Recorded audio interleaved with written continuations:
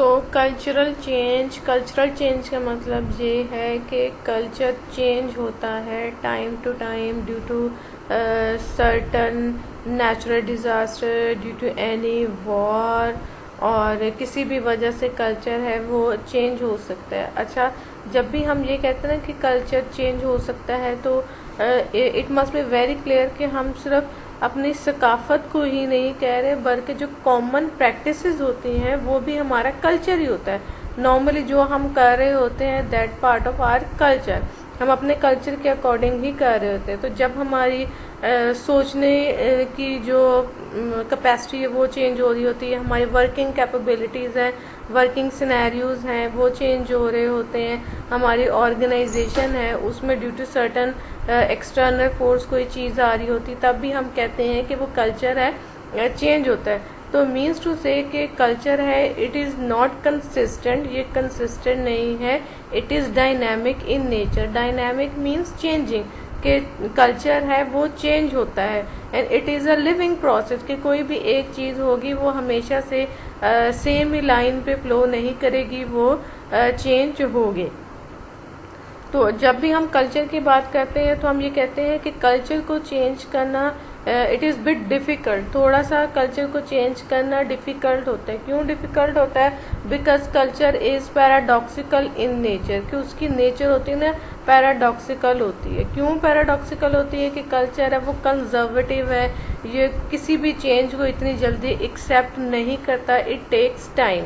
ये कल्चर को चेंज करने में हमें टाइम लगता है। कोई भी चेंज है वो बहुत ड्रास्टिकली कल्चर में एकदम से चेंज नहीं लेके आ सकते। अब ये चेंज जैसे मैंने पहले बताया कि किसी वॉर की वजह से भी हो सकता है, किसी नेचुरल डिज़ास्टर्स की वजह से भी हो सकता है। करंट सिनेरियो में अगर हम देखें तो कोरोना की वजह से अब हमारा सारा जो ट्रेडिशनल टीचिंग स्टाइल है वो चेंज होके ऑनलाइन हो गए, एकदम से कल्चरल शिफ्ट है वो आया। ठीक है, तो कोई भी जो सोसाइटी होती है वो किसी प्रॉब्लम का सलूशन निकालने के लिए भी अगर अपनी प्रैक्टिसेस को चेंज करती है तब भी हम यही कहते हैं कि वो कल्चरल चेंज लेके आई। यही अभी जो कोरोना वाली एग्जांपल मैंने आपको दी कि इस वजह से हमारा जो ट्रेडिशनल टीचिंग मेथड है उसको हमने फिजिकल के बजाय नॉन फिजिकल कर दिया है, ऑनलाइन कर दिया है। तो ये भी क्या है, एक कल्चरल चेंज ही है।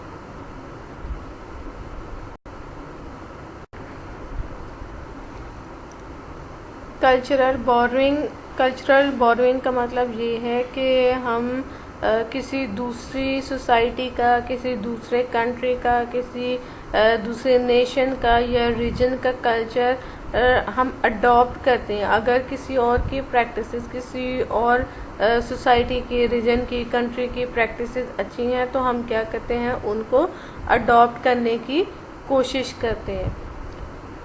तो जब हम ये कहते हैं कि हम किसी दूसरे कंट्री का कल्चर अडॉप्ट कर रहे हैं, किसी दूसरी सोसाइटी का कल्चर अडॉप्ट कर रहे हैं, तो हम असल में क्या कर रहे होते हैं, कल्चर बोरोइंग कर रहे होते हैं। उनका कल्चर है वो बोरो कर रहे होते हैं। तो ये किस तरह पॉसिबल होगा कि हम जब किसी दूसरे सोसाइटी के या दूसरे कल्चर के लोगों के साथ इंटरेक्ट करेंगे, कांटेक्ट मेंटेन करेंगे, तो उसकी दो पॉसिबिलिटीज़ होती हैं। एक ये कि हम उनके कल्चर को जान के अडॉप्ट कर सकते हैं, और दूसरा ये कि हम उनके कल्चर की नो हाउ हो गई है लेकिन हम उसको अडॉप्ट नहीं कर रहे हैं। ठीक है, दैट डिपेंड्स ऑन अस, के हमारी नीड पे, हमारी रिक्वायरमेंट पे डिपेंड करता है कि या हम उनकी अच्छी प्रैक्टिसेस को अडॉप्ट कर रहे हैं या फिर हमें उनकी प्रैक्टिसेस इतनी फ्रूटफुल नहीं लग रही और हम उनको अडॉप्ट नहीं कर रहे।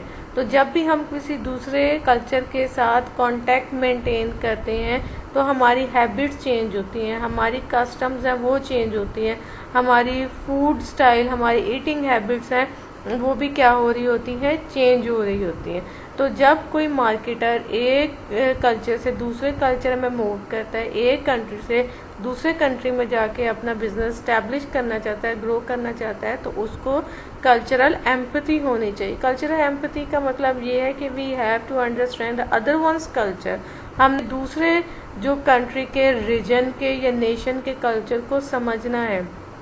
ठीक है, तो कोई भी मार्केटर होगा उसकी सक्सेस इसी में ही हो कि ये कल्चरल डिफरेंसेस हैं उनको अंडरस्टैंड करें और अकॉर्डिंगली अपनी स्ट्रैटेजीज को डेवलप करें।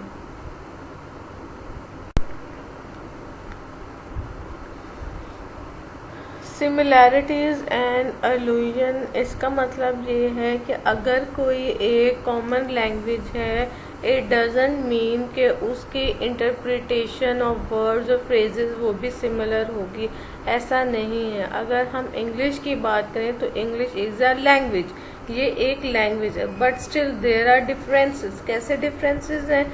ब्रिटिश इंग्लिश है और अमेरिकन इंग्लिश है। अब लैंग्वेज अगर हम बात करें तो लैंग्वेज एक थी, लेकिन आगे उसमें भी डिफरेंसेस आ गए कि ब्रिटिश और अमेरिकन। तो हम ये कहते हैं कि अगर सिमिलैरिटीज़ हैं तो इसका मतलब ये नहीं है कि वो 100% सिमिलर है या उनकी जो इंटरप्रिटेशन है वो भी एक जैसी है, ऐसा बिल्कुल भी नहीं है। अगर स्लाइड में आप देखो तो मैंने एक लिंक मेंशन किया है, यहाँ ये लिंक शो कर रहा है कि ब्रिटिश और अमेरिकन इंग्लिश है उसमें डिफरेंसेस एग्जिस्ट करते हैं। तो एक कंट्री में अगर कोई इसी तरह अगर हम किसी प्रोडक्ट की बात कर लेते हैं कि अगर सिमिलर प्रोडक्ट है, वन प्रोडक्ट है that can't be sell throughout the world, तो पूरी दुनिया में या 2, 3 या 4 कंट्रीज में वो वाली प्रोडक्ट को हम सेल आउट नहीं कर सकते। कैसे नहीं कर सकते? अगर हम just take the example of meat, अगर हम मीट की बात कर लें कि जो मीट प्रोडक्ट्स हैं that are saleable in Pakistan, वो पाकिस्तान में सेल हो जाएंगे, बट मीट प्रोडक्ट्स इंडिया में सेल आउट नहीं होंगे। तो देखो प्रोडक्ट एक ही थी लेकिन उसकी सेलेबिलिटी है वो डिफरेंट है। एक कंट्री में बिल्कुल भी वो सेल आउट नहीं होगी और एक कंट्री में उसकी एक्सेप्टेबिलिटी है। इसी तरह अगर हम कोई सिंबल ले लेते हैं, लैंग्वेज के सिंबल की बात कर लेते हैं, तो वो जो सिंबल तो एक ही है लेकिन उसके जो मीनिंग्स हैं वो डिफरेंट कल्चर्स में डिफरेंट कंसीडर किए जाते हैं। पॉइंट टू से कि अगर सिमिलैरिटीज़ हैं, चाहे वो लैंग्वेज है, कोई सिंबल है या प्रोडक्ट है दैट इज़ सिमिलर, लेकिन उसकी एक्सेप्टेबिलिटी या इंटरप्रिटेशन है वो हर जगह सेम नहीं होगी, दैट विल डिफर।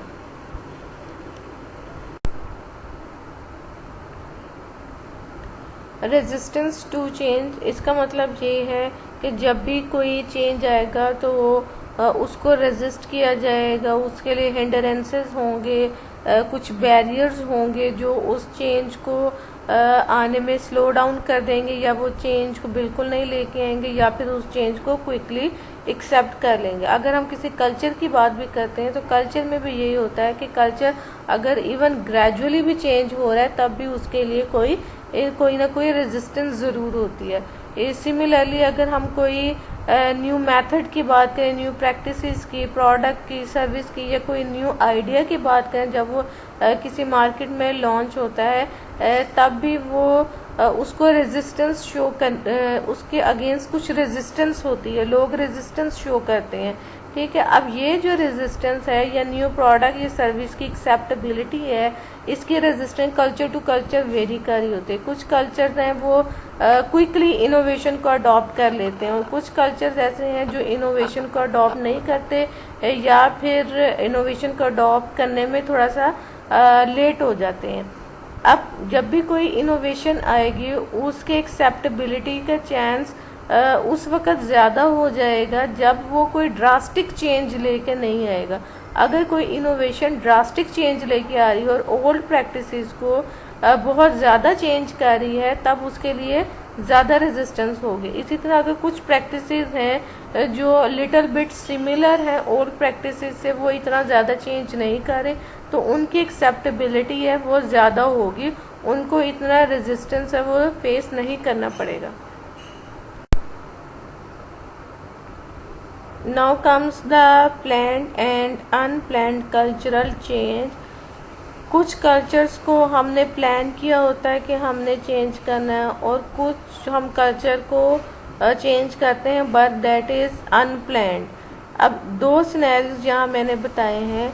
जब भी कोई मार्केटर है वो अपने प्रोडक्ट को लॉन्च करता है, इनोवेशन लेके आता है कल्चर में, तो उसकी दो ऑप्शन है। एक ये ऑप्शन है कि दे कैन वेट, वो इंतज़ार करें कि लोग उस प्रोडक्ट को बाय करें, ये है अनप्लैंड चेंज। और सेकंड ऑप्शन ये है दे कैन कॉज चेंज, कि वो खुद से क्या करें, एफर्ट करके उस प्रोडक्ट की एक्सेप्टेबिलिटी को बढ़ा दें, दिस इज प्लैंड चेंज।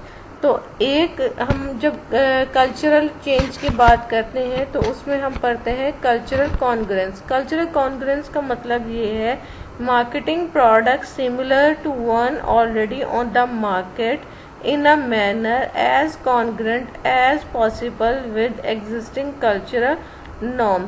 जब भी हमने मार्केट में कोई प्रोडक्ट लॉन्च करनी है तो हमने प्रोडक्ट इस तरह से लॉन्च करने हैं जो एग्जिस्टिंग नॉर्म्स एंड वैल्यूज़ हैं किसी कल्चर की, वो प्रोडक्ट उसके साथ सिमिलर हो। दूसरी बात ये कि जो प्रोडक्ट ऑलरेडी मार्केट में है, तो जो नई प्रोडक्ट हमने लॉन्च करनी है वो भी उससे लिटिल बिट सिमिलर हो, जिसकी वजह से उसकी एक्सेप्टेबिलिटी है वो इंक्रीज हो जाए।